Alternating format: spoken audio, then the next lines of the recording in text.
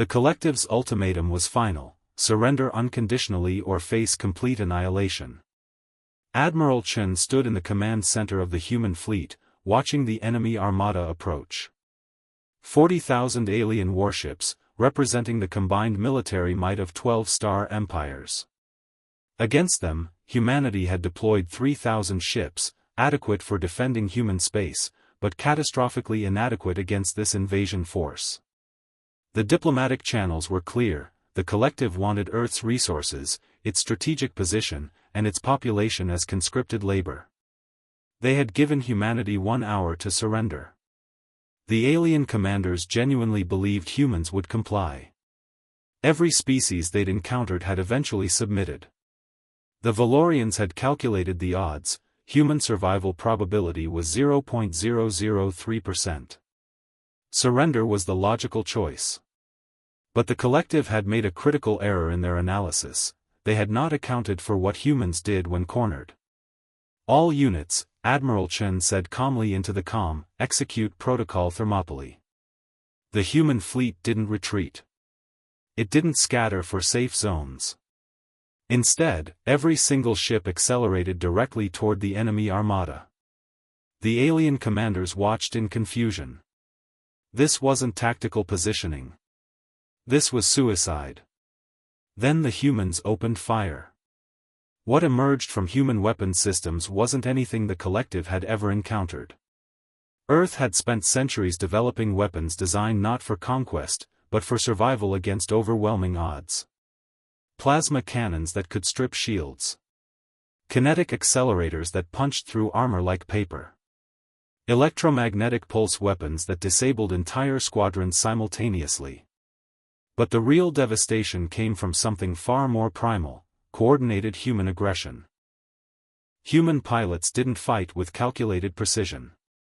They fought with fury.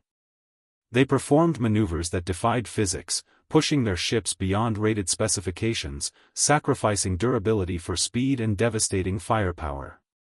They flew into formations designed to maximize chaos, not organized geometry, but controlled mayhem that confused automated alien targeting systems.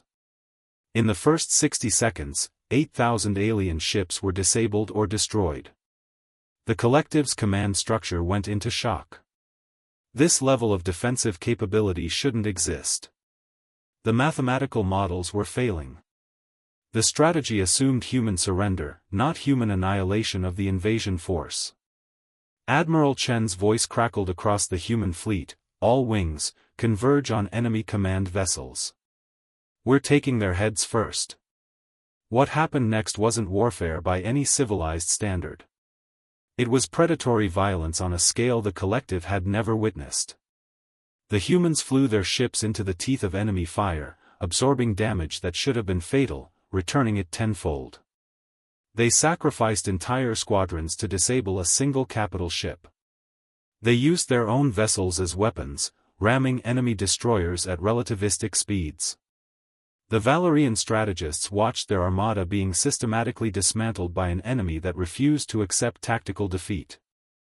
The human ships were taking casualties at a 40% rate. By all reasonable calculations, they should have surrendered 15 minutes ago. Instead, they kept fighting. "They're insane," one Krell commander observed. "They're choosing death over capture." "No," Admiral Chen corrected, his voice broadcasting across all channels so the enemy could hear. "We're choosing victory. And we don't stop until we've won." By the 1-hour mark, the deadline the collective had imposed, the human fleet had destroyed 63,000 enemy ships. They'd suffered 70% casualties, but they were still fighting. The alien armada began to fracture. Squadrons retreated. Commanders issued contradictory orders. The unified invasion force dissolved into chaos as species realized they were fighting an enemy that would rather die fighting than surrender. Admiral Chen watched as the remaining collective forces began full retreat, abandoning the invasion entirely.